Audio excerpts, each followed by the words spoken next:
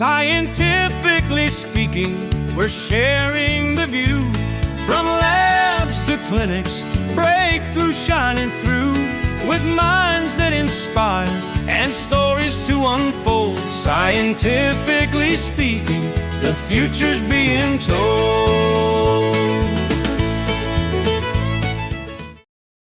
Welcome to Scientifically Speaking with Christine, where we explore the latest developments in science, technology, and innovation in ways that impact our daily lives. Today, we dive into a topic that affects almost everyone: artificial intelligence and social media. From content recommendations to deepfake videos and misinformation, AI plays a major role in shaping the way we interact with online. Joining us today is Dr. Milad Al-Sabaaly, an expert in artificial intelligence, education technology, and digital transformation. With a PhD in computer engineering from Nagoya Institute of Technology in Japan, Dr. Sebaaly has led pioneering projects in e-learning, AI applications, and digital policy development. His work has shaped online education and technology policies across the Middle East, and today he brings his insights into the growing influence of AI on social media. Dr. Sebaaly, welcome to the show. Thank you. Hi, Christine. How are you? Nice to meet you, Doctor, and Same welcome here. to Australia for a little much. bit at least. So while we have you here, Doctor, AI is deeply embedded in social media platforms, but many people don't realize how much it influences what they really see. Can I please let you explain how AI powers social media behind the scenes? Okay, great question. Thank you. Actually, many of the social media platforms are based on specific models like friendship or connections models. Yeah. So when you go, let's say, to any, let's say, Facebook feed, Right. you think that you're seeing anything on the world or in the public domain, but practically what the algorithms of Facebook That's true. Yeah. push to your news feed is things that you or your friends have liked. Yeah.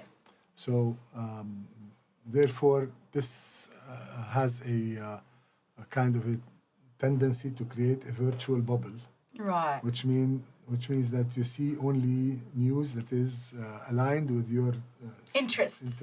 Yes. and even school of thought or whatever. Right.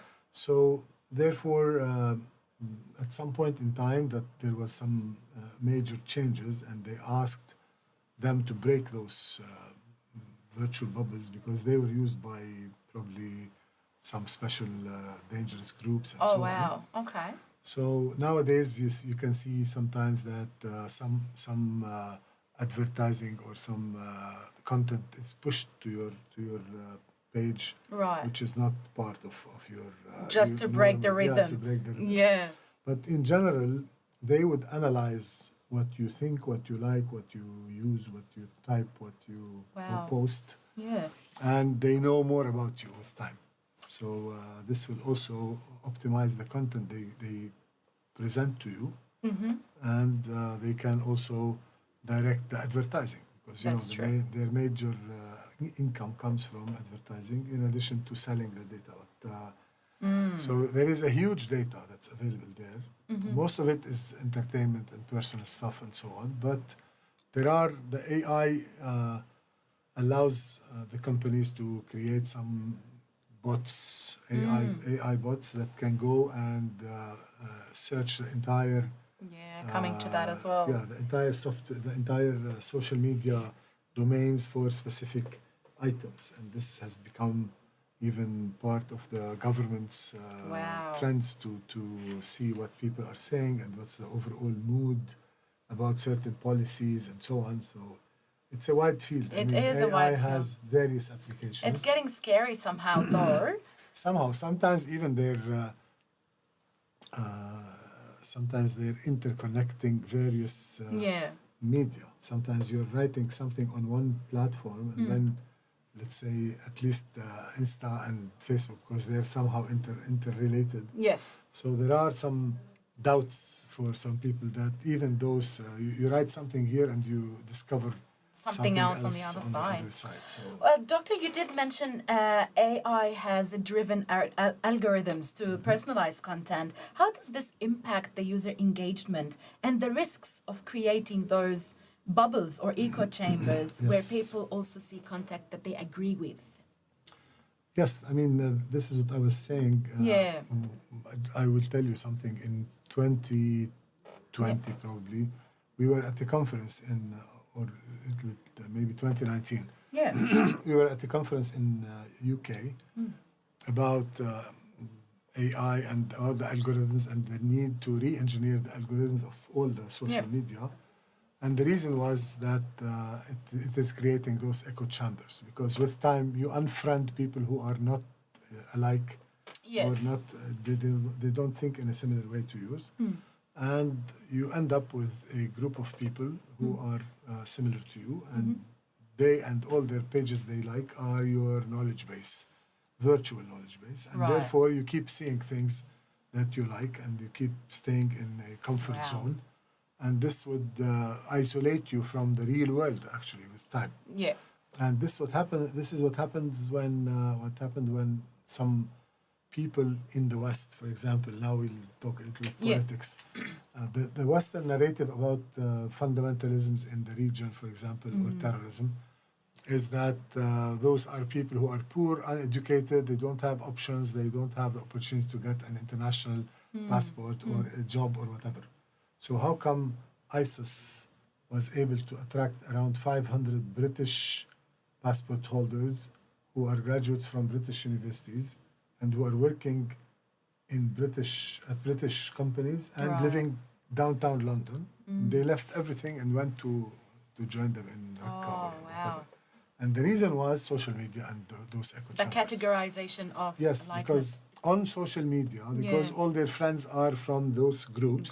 So yeah. what they see on a daily basis are Wow. what's going on with those people. So even this had the power to unplug them from downtown London. Oh, even. wow. So that was a major eye opener. And after that, governments and institutions started telling the social media platforms, you need to change the way your algorithms are working. And then AI also started generating some diversity. But originally, yes, It was chambers and it was bubbles. chambers. Many platforms use AI to detect those harmful content or something like hate speech or misinformation. Yes. How effective are these AI systems, and what are their limitations on limiting those misinformation? Well, at the end of the day, AI is a software that tries to mimic the human brain. Yes. And the more it is trained, the more accurate it becomes. Yes. However, there are areas that it cannot deal with. And the outcome is not all the time 100% perfect. So there are difficulties and so on. Right. And especially when you deal with real normal language or even different types of situations that were not trained. Right. Yeah. So in that sense, it has a very high impact on dealing with hatred speech and so on. But sometimes they also affect normal speech, which is not part of the thing, because it is not 100% accurate, but they're becoming smarter by the day. And the more important part is that although they can do things, but they are also biased. And there is an issue here. Yeah, because, that's another topic we'll target. yes, Yeah. because they are trained on a specific data, which is by nature, let's say, Western data, English language, and so on. Depends on the human that's importing the information, goes with their mind actually, mindset. also the available digital data Right. in now zettabytes, they measure it. It's a huge data and growing by the minute. Most of this data comes from countries or companies or organizations that have already done digital transformation, and they already have production of data, be it raw data, big data, or normal structured data. So when we talk about data, it's not only text. Yeah, of course. So there are plenty of types of data, and all this can be analyzed by the AI, and they can, and the AI can produce patterns about similarities and can discover trends and so on that the human intelligence cannot do Yes, usually, that's true. and many times much quicker and faster than human intelligence. So all these might result in some biases because the data comes from specific Yeah. advanced countries with specific languages, Languages specific and mindset. interests and Yeah. set of values. Even. Yeah, that's true. That's true. As you mentioned, AI can create trends, right? And it amplifies those trends and push viral content and even shape the public opinion. How much control do platforms really have over the people, what they see and what they believe? Well, I don't think they want to control unless they have some plans. I mean, Right. you can, since you control the algorithm of the algorithms that decide what kind of data will be presented to you versus to me. Yes. If we are two different people from two different countries or ethnic groups or age Right. groups or whatever, for various reasons, sometimes commercial reasons, sometimes and advertising and so on, sometimes social reasons, sometimes political reasons, they have the ability to control what kind of data goes to your site versus to mine. But I mean, this is not done on a daily basis everywhere. Right. This can be done when you decide to interfere and do something.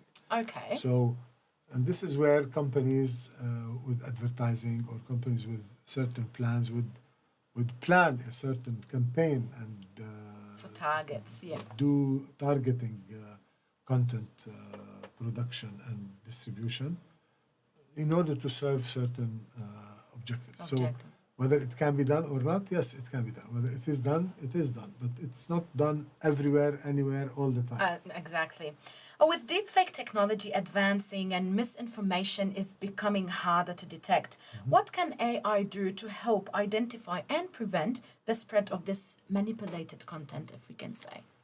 Well, sometimes AI is used to spread the manipulated content. Unfortunately, yes.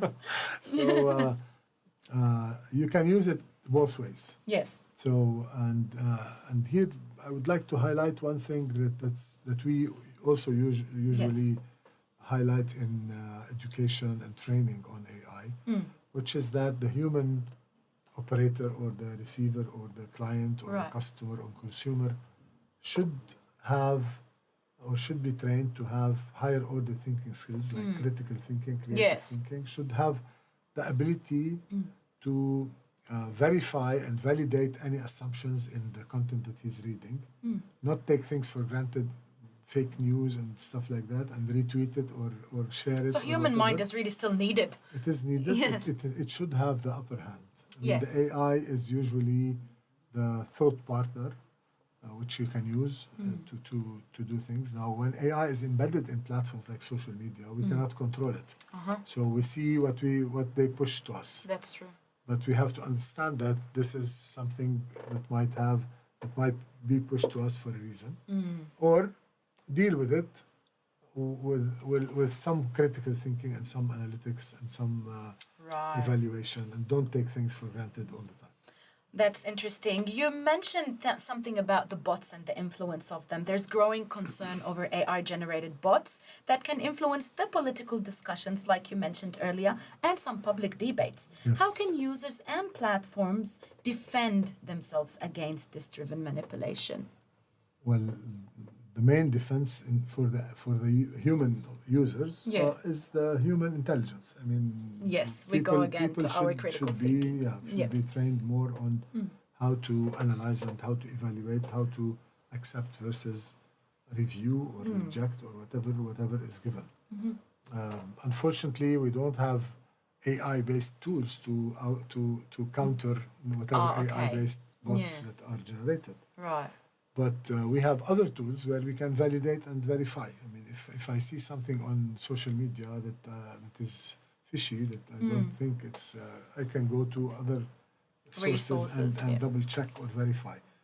Well, the problem now is that media is bombarding people, especially the youth generation, with Yes. all kinds of content. It is usually short content like reels and stories, Yes. 1 minute They're a big or thing now. big thing, and student learners or consumers don't have, or citizens don't have enough time to step back and think about Yeah. the deep issues behind these things. So they Right. go with the trends, they go with the influencers' Yeah, get driven opinions away. and so on. So it becomes a bit shallow and easy to direct left, right, and center. So it is important to provide the new generation with some kind of different approach on how to deal with technology and therefore how to think about the content that they would encounter on a daily basis, by the minute, by the second. Media awareness. Yes. Very interesting. One of the biggest concerns that people have, just like you mentioned before, Doctor,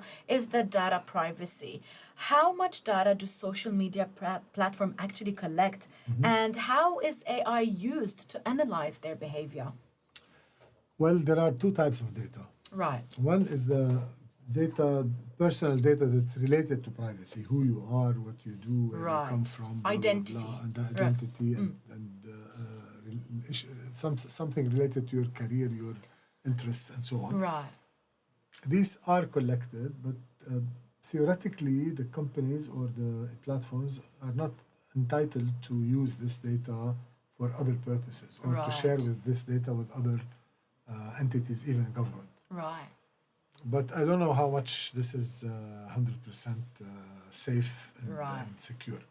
But what they're doing and what they're doing publicly and what they can usually do is anything that you produce as a content, any discussions, any opinions, and so on. This is a data that can be anonymized, which means you can remove who wrote this and who wrote that. Yeah. But this data becomes a data for training AI platforms or for analyzing certain trends.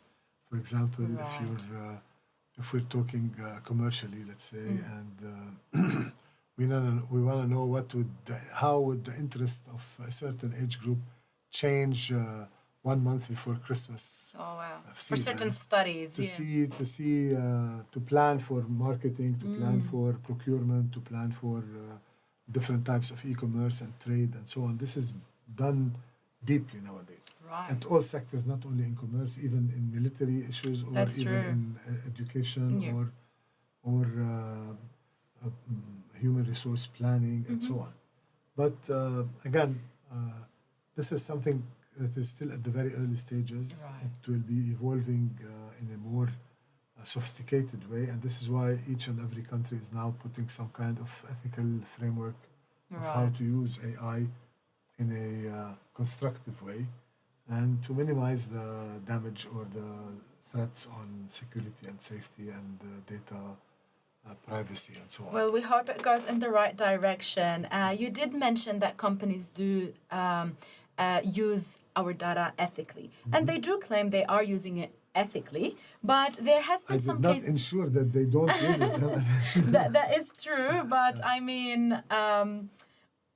if they say they are using it ethically, there has been cases of bias in AI-driven content moderation and face recognition and identification. How can we ensure AI is used fairly in social media by claiming they are ethical? Well, first, the first stage of AI operation before we put it on in real life operation is to train it. Right, In order to train it, you need a huge amount of data. right, And for example, face recognition. right. If you wanted to do 100% face recognition, it has to be trained on millions of people. That's true. And when you train, it means that you give, let's say, your face, and this is You give a Christine. consent that you can use my face. Yeah. Yeah. But many times this is not the case. Uh-huh. And also depends on the types of data, because if the data is coming from a certain region, in order not to speak about cultural sensitivities and so on, Right. if we talk about the faces, Right. so if the data of DeepSeek, for example, is trained on all Chinese faces, Right. and then you give it an Australian or Middle Eastern or Western Right. face, it might not be accurate. That's true. So you need to have the data from various resources to try to balance and try to avoid any biases. Make it multicultural. Make it multicultural. Yes. The same thing for the concepts. For example, if you ask about any sensitive topic, Right. like gender or stuff like that, and if it is trained on Western data, then it's okay to say a grade 10 student did not decide whether he's a male or a female. This might create a big shock in another In the Middle society. East, yes. Middle East or even Asia, Yes. many places and so on. So you cannot keep training it on one way, on Right. one side, because it will have a lot of biases. Right. And in order to counter these biases, you need data from other parts of the world. Right. But other parts of the world might not have digital data because they are still lacking behind in digital transformation. Okay. So this requires some time and some effort. That is very, very interesting. If I may continue about AI controls, there's a way for individuals. Is there a way for individuals to limit the AI control on their online experience, or is it unavoidable nowadays? I think there are different ways to deal with different AI platforms. Right. But many times you don't feel that there is an AI thing interacting with you. For Right. example, it's now being integrated in social media, in learning platforms, in almost everywhere else, Everything, in yeah. automation, in e-commerce. So AI is not only chat GPT or generative AI. Yeah. So AI, it's about optimization. It's used in manufacturing. It's used in e-commerce. It's used in logistics, and so Everywhere. on. So you're always dealing with AI-enabled solutions.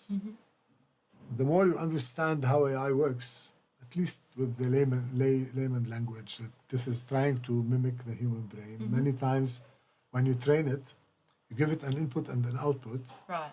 And it knows if you show this, it knows that this is a Samsung phone. Right. However, we don't have transparency on the thinking process.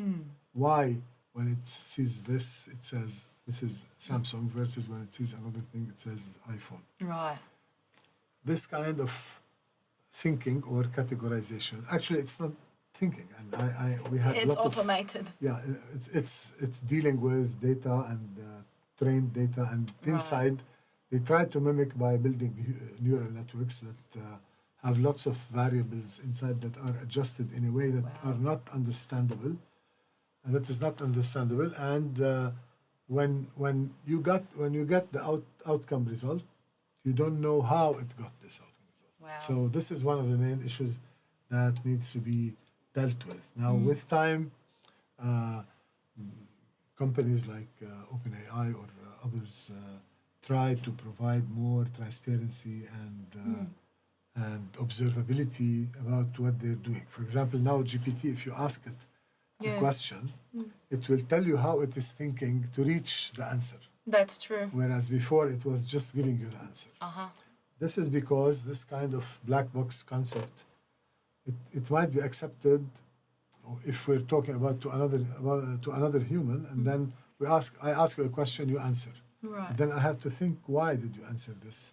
And You're how analyzing. did you reach? How did you reach this? And there are sciences. There is psychological analysis. There is a lot of psychology and sociology and stuff Behind like it, that, and pedagogy and so on. While here, it's a machine dealing with numbers and zeros and ones. Yeah, cards.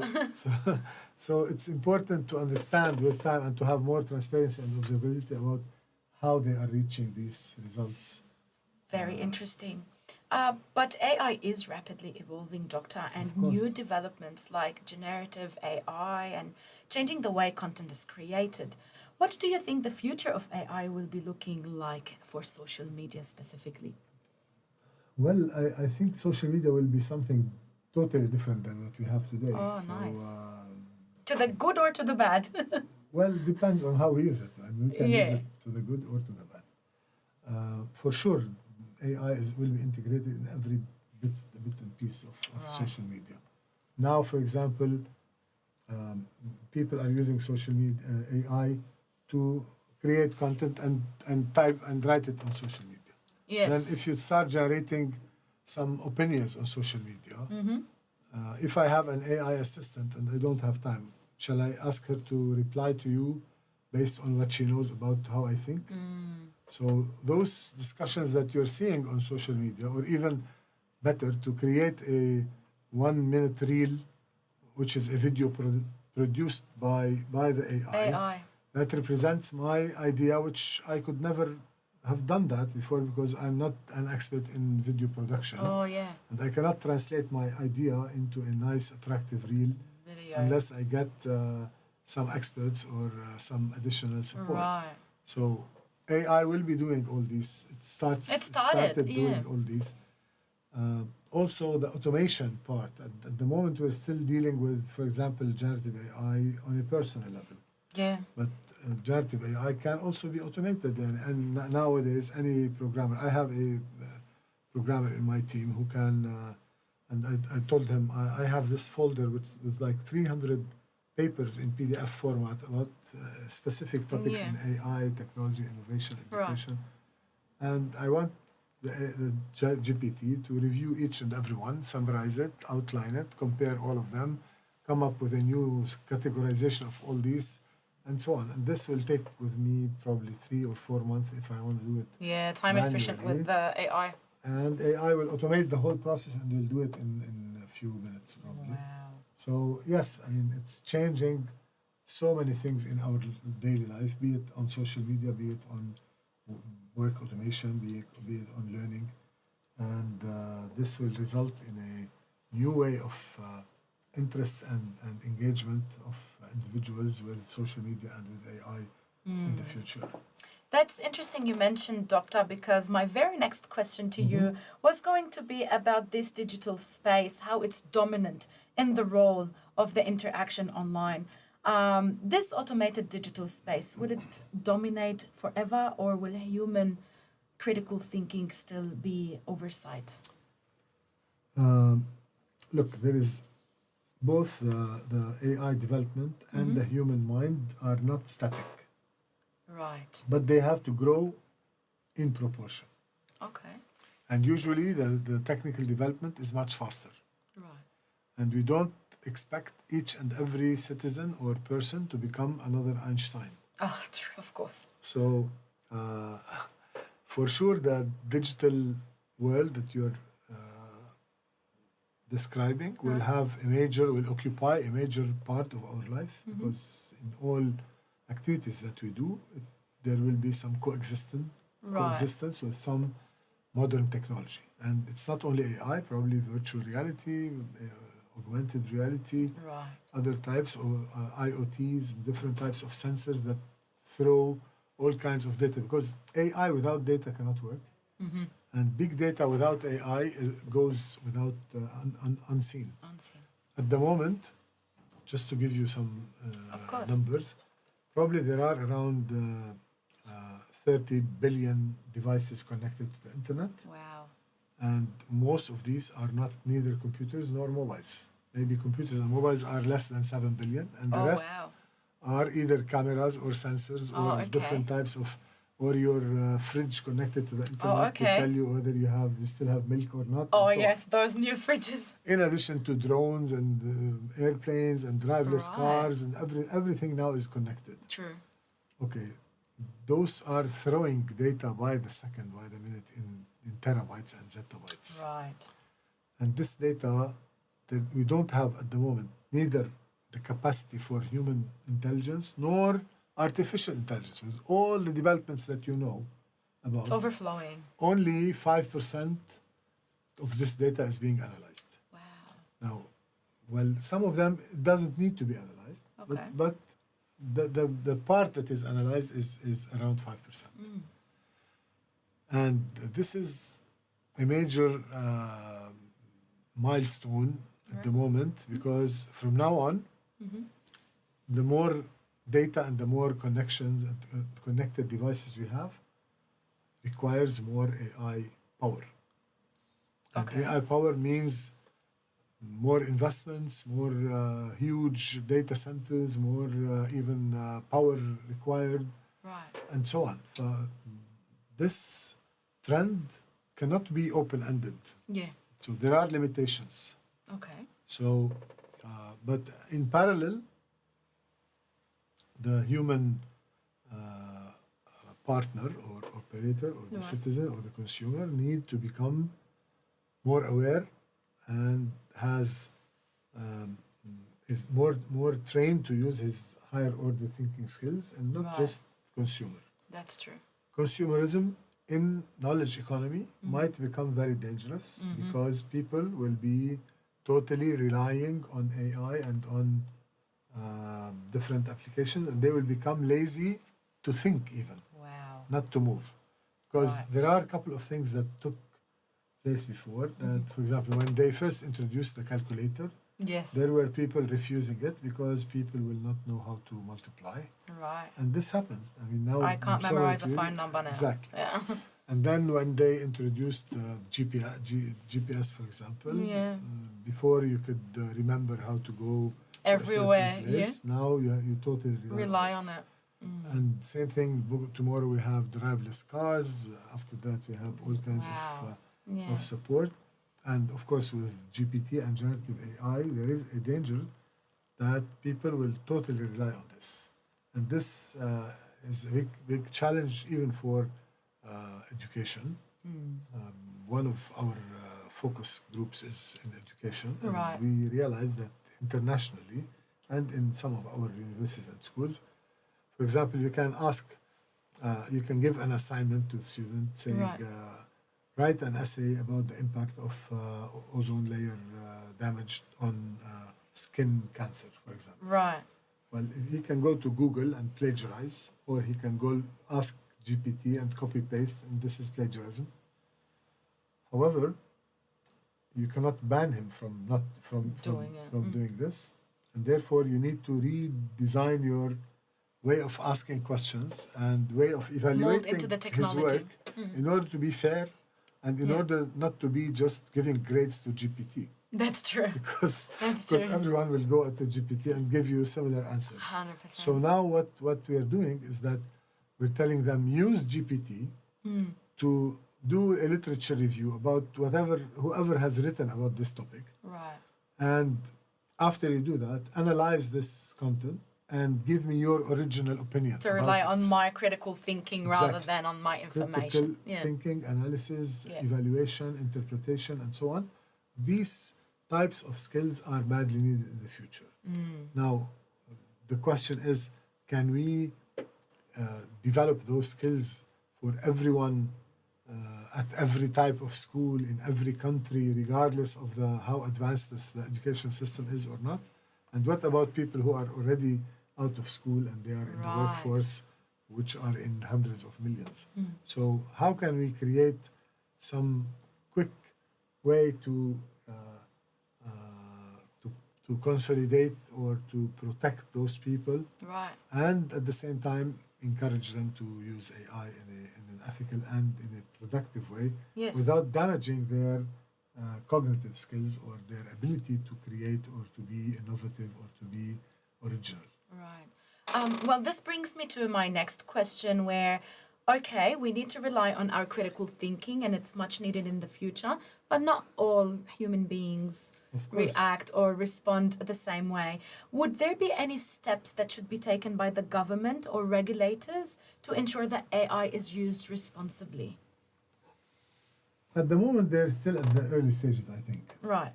And although many governments or regulators are putting some kind of frameworks, Right. be it for the ethical use or for the optimization or for using it in a way that does not replace the human brain and human logic and reasoning and so on. But still, I mean, there is a need to share experiences from one country to another. There are some cultural specifications that you need to take into consideration that differ from one society to another. Right. There are probably diverse societies would react in a different way than homogeneous societies. Yes. And therefore, I think it's still at the very early stage. It's too early Right. to say, well, these are 1, 2, 3 you should do, but for sure there should be a couple of frameworks and That's true. policies that are very clear on what is acceptable, what is not acceptable. But in the US, they started banning TikTok, for example. Like the government is taking a step forward. Do you think this is Well, I think where there it is- should be worldwide? Sometimes there are some political influences as behind well. it? Yeah. So it's not pure technology or AI. Right. And TikTok doesn't use AI more than Facebook or more than other social media Right. platforms. So same thing for DeepSeek. I mean, DeepSeek is a new thing that appeared in China, which they use, and anything that comes from China is accused that the data is not safe and there is Copy. no data privacy, Yeah. and the government has access to data and so on. Right. In addition, that any new platform or application that is developed in some new countries, newcomers from different Yeah. countries, will be either refused or will be faced with a lot of pessimism from the people who are the masters of the game Oh yeah. Right. in advanced countries. So Wow. there are a lot of politics involved. Right. But for sure, the more data they use, the more policies you need to put in place and to take the consent of the end user. Although many times when you sign some when you log in or when you register to a certain platform and so on, Right. they say read the terms of reference. Yeah, You no just one does. click I don't. that and I'm sure there you have all kinds of legal Right. coverage that they will use your data without your. Oh wow. Yeah. There you go. Well, Doctor, I have a lot of questions yet to ask you, Yes. but time is not always on our side. Hopefully, we can have another episode to talk more in depth about social media and AI. But before you go, is there something or one thing you'd like to tell people about AI and social media from your point of expertise? Yes, I think that AI will always optimize what kind of content they will use. Yes. This optimization doesn't mean it's good or it's bad. So they have to be aware that sometimes when they see something, question why you're seeing this something now. Right. Not just what's in it. and Don't what blindly go for it. Don't blindly Yeah. go for it. Don't blindly just repeat it or share it or send it Right. to others without analyzing the content and why the content is being put in front of you at this point in time. Right. I thank you so much, Dr. Sebaaly, for sharing such valuable information Thank with you, us my pleasure. here on Oz Arab Media. It was an eye-opening conversation about the power of AI in social media.